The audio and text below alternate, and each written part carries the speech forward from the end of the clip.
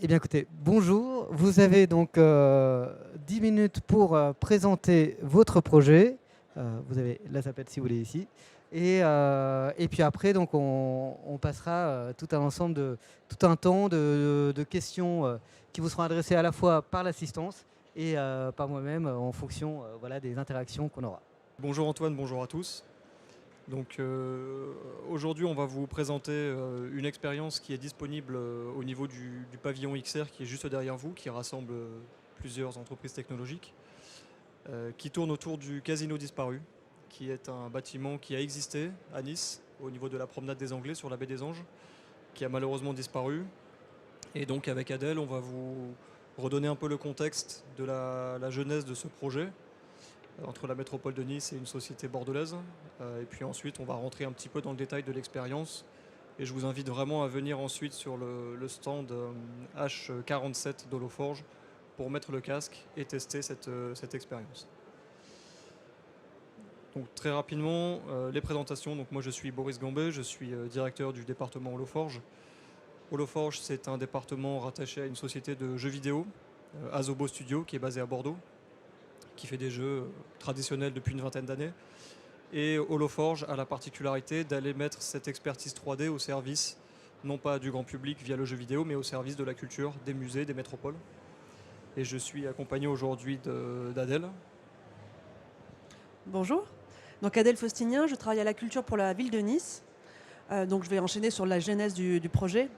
En fait, la ville de Nice, depuis quelques années, a développé des appels à projets à destination des entreprises innovantes, et puis plus particulièrement depuis 2 ans à destination des entreprises des industries culturelles et créatives.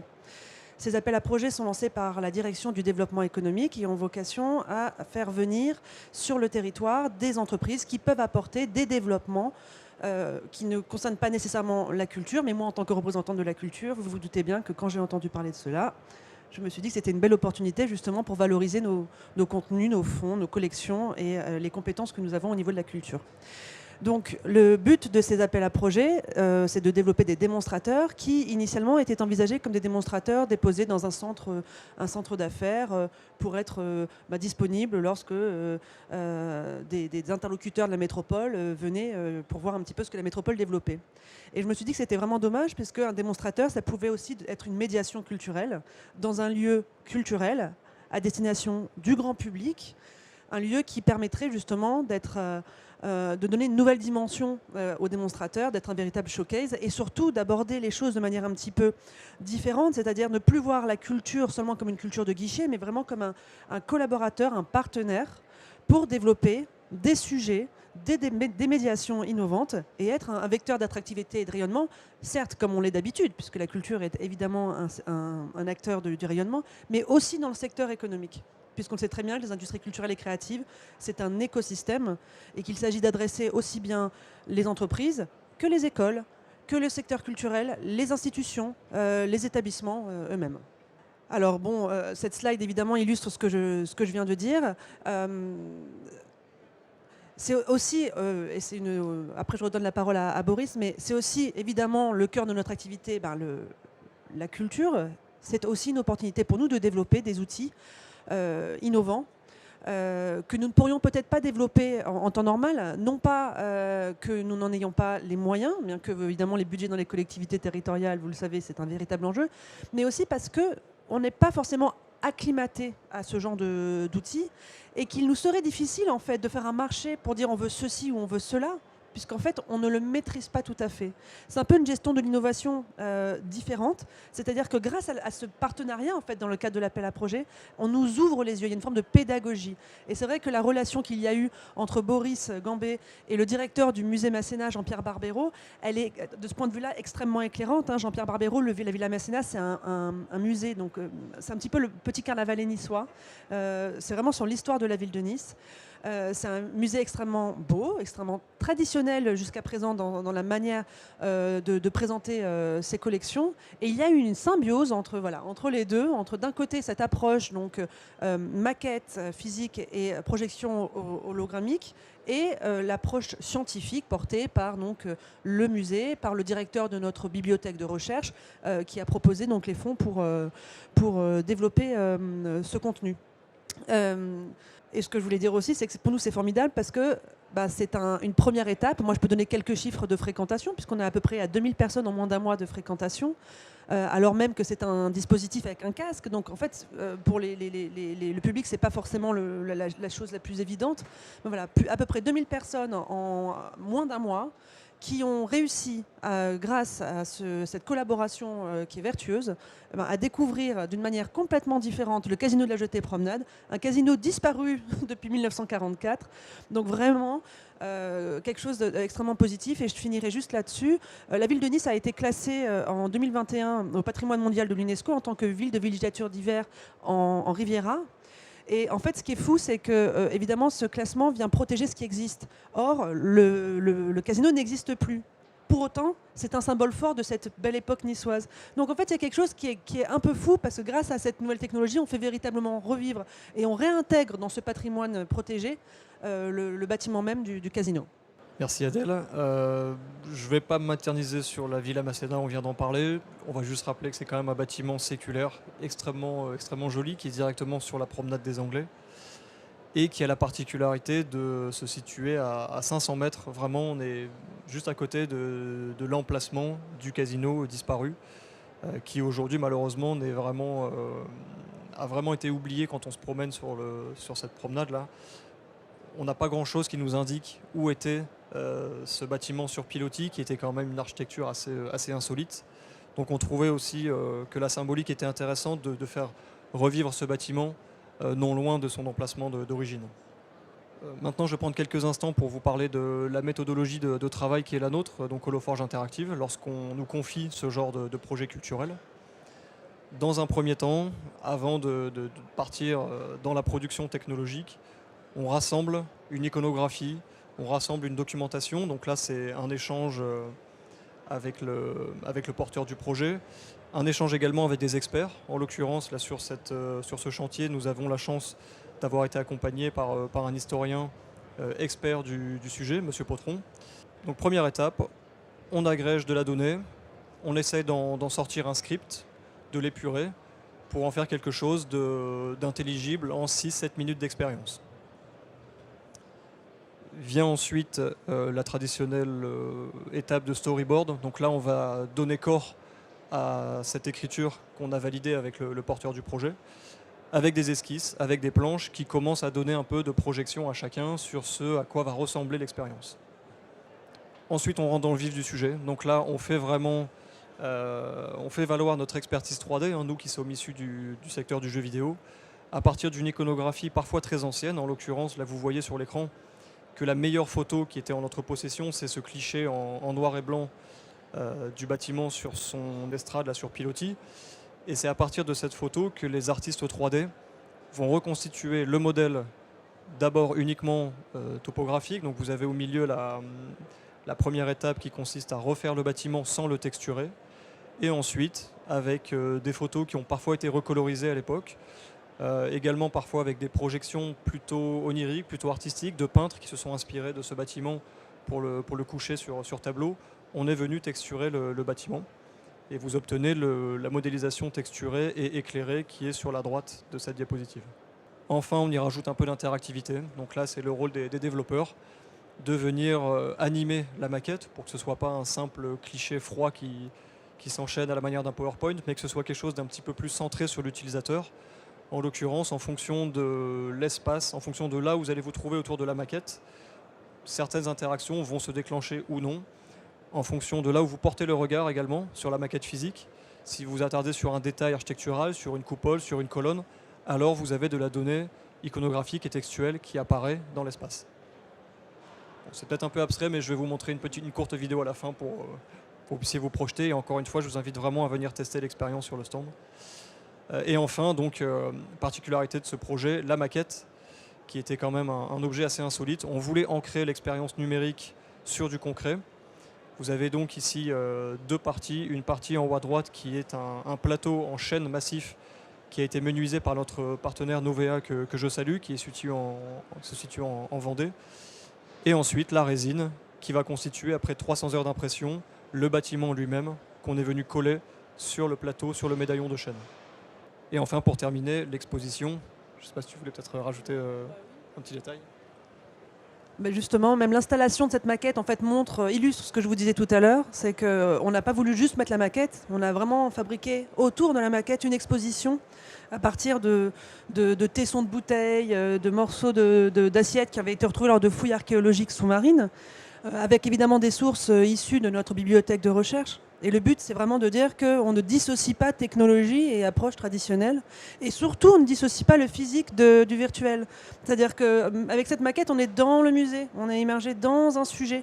Et c'est ce côté-là qu'on a trouvé vraiment extrêmement intéressant, d'autant plus que, bon, il y a un momentum, c'est qu'il se trouve qu'au moment où on lance cette expérience, le musée lui-même est classé au monument historique. Donc, si vous voulez, c'est un peu une boucle pour nous, c'est donner vie, dynamiser, valoriser et attirer de nouveaux publics dans nos murs. Voilà, on termine avec une petite slide qui montre que ça commence à prendre forme et la presse commence à sortir quelques articles. Comme le disait Adèle, ça fait à peine un mois que l'expérience est ouverte, à peine. On a déjà des retombées presse, donc c'est assez intéressant pour nous. Et on espère qu'il y aura une suite, bien évidemment. Le musée est très friand, on voit que ça renoue également avec la jeunesse qui revient dans les murs pour consommer autrement la culture. Donc voilà, on augure une vie longue pour ce Casino Retrouvé. Merci beaucoup. Est-ce qu'il y a des questions dans l'assistance ? Sinon, j'en propose déjà une première. Alors, je vais peut-être m'adresser d'abord à elle. Ce que vous avez évoqué en tout début d'intervention était particulièrement intéressant. C'est cet appel à projet en fait, que vous portez à la ville de Nice. On se rend compte de plus en plus que les institutions culturelles et les collectivités ont des approches qui sortent du périmètre de la commande publique et vont vers des approches beaucoup plus expérimentales et de co-conception. Et j'aurais voulu en savoir un petit peu plus sur cet appel à projet. C'est quelque chose qui commence à poindre, c'est ça qui nous a beaucoup interpellés aussi lorsqu'on a sélectionné les différents duos de l'innovation. Alors oui, l'appel à projet est vraiment porté par le développement économique, c'est vraiment du business lending, leur but c'est d'attirer des entreprises sur le territoire. Et moi je suis, on va dire, très opportuniste de ce point de vue-là, et il m'a semblé que c'était justement une forme de symbiose parce que j'apportais quand même une visibilité et des lieux d'exposition qu'ils n'auraient pas pu avoir si j'étais resté dans le champ seulement du développement économique. Donc c'est vrai que cette transversalité-là, dont on parle beaucoup et qui existe peu, là je dois dire que vraiment on a un exemple très concret de quelque chose qui a fonctionné. En ce qui concerne le business model de l'innovation dans le secteur culturel, de toute manière, on sait très bien que ce qui fonctionne aujourd'hui le mieux, ce sont des business models croisés avec différentes formes de financement. Pour vous donner un exemple, le dernier appel à projet qui a été lancé cette année, c'était un appel à projet sur le jeu vidéo. Bien évidemment que la métropole Nice-Côte d'Azur n'a pas les moyens de développer un jeu vidéo, on parle de plusieurs millions.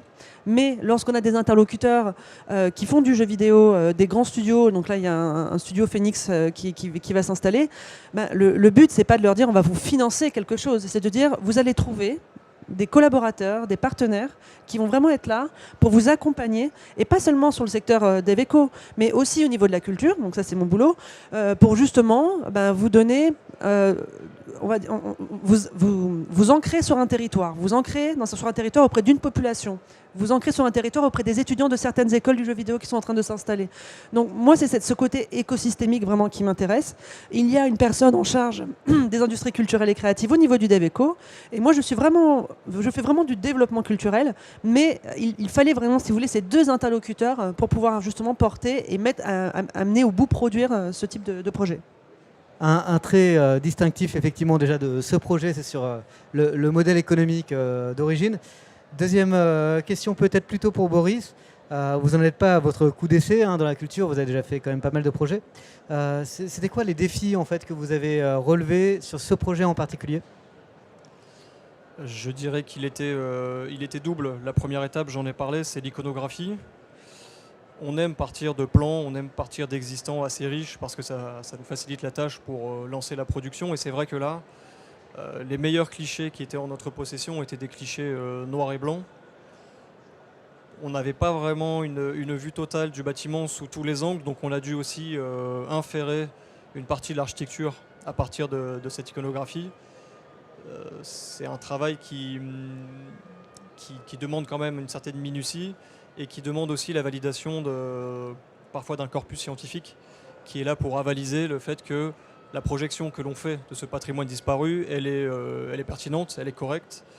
Elle est cohérente aussi par rapport aux différents styles architecturaux. Et c'est ce qui a rendu cette production un peu complexe. C'est que ce casino disparu, vous pouvez le voir à l'écran, est inspiré de différents styles architecturaux.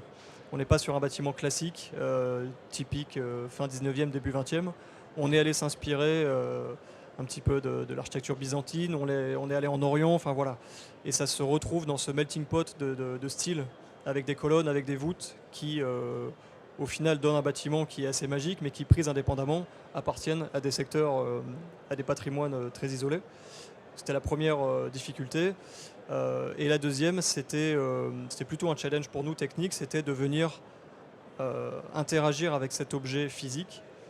Tout le monde a à l'esprit les expériences virtuelles où vous êtes pendant 30 minutes derrière un casque, complètement coupé de la réalité.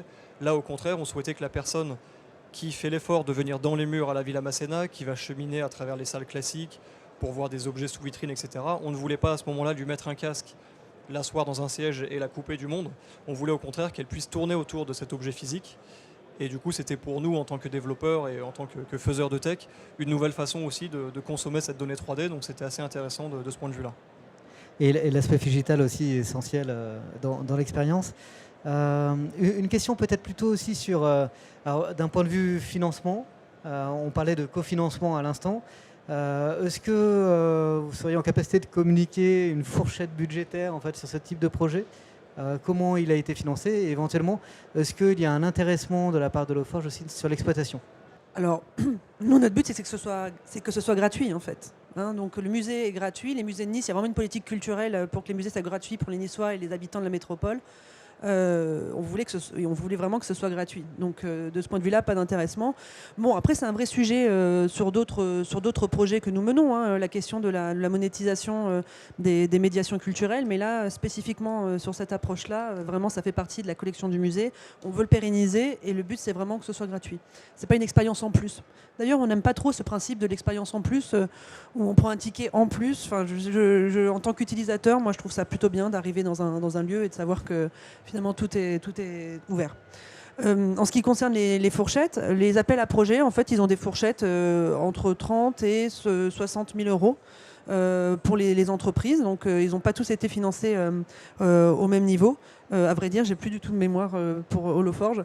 Mais ce qui est certain, c'est que, si vous voulez, le fait que, même là, s'il y a un financement sur cet appel à projet, le fait qu'on offre plus que juste un financement, mais aussi un lieu d'exploitation, une visibilité, fait qu'il y a un apport au niveau de la ville de Nice qui, d'un point de vue, il n'est pas valorisé financièrement, mais enfin, il est absolument réel. Voilà. Merci beaucoup. Alors pour ouvrir, je disais tout à l'heure que Holoforge n'en avait pas son coup d'essai dans la culture. Est-ce que vous pourriez nous évoquer assez rapidement, Boris, différents projets que vous avez menés ou qui sont en cours ou que vous allez lancer prochainement ? Alors, je vais me répéter, en fait, je vous invite à venir sur le stand. On a notre medley culturel qui tourne sur un écran. Ça part du Mont-Saint-Michel il y a 7 ans. Depuis, on a pas mal bougé. On a également atterri en Éthiopie. Nous avons fait un projet autour des églises troglodytes de Lalibela qui sont également classées UNESCO. Là, aujourd'hui, on est retourné sur le territoire français. On a quand même la chance d'avoir un pays avec un patrimoine culturel extrêmement riche. Donc, il y a également beaucoup de choses à faire en France. Voilà, on va là où les opportunités nous mènent. Et vraiment, si je devais résumer un peu l'approche de Loforge par rapport à ce secteur culturel, c'est de venir proposer une nouvelle façon de s'approprier un sujet culturel. On oublie les écrans tactiles, on oublie la VR statique. On essaye de prendre le visiteur et de le rendre acteur de son expérience, comme je vous disais tout à l'heure, en fonction de là où vous allez poser le regard sur la maquette. Vous allez déclencher tel ou tel contenu. Donc, on essaie de faire des choses un peu interactives et un peu à façon. Un grand merci. On peut vous retrouver à quel stand ? Donc, juste derrière vous, pavillon XR, le stand H47.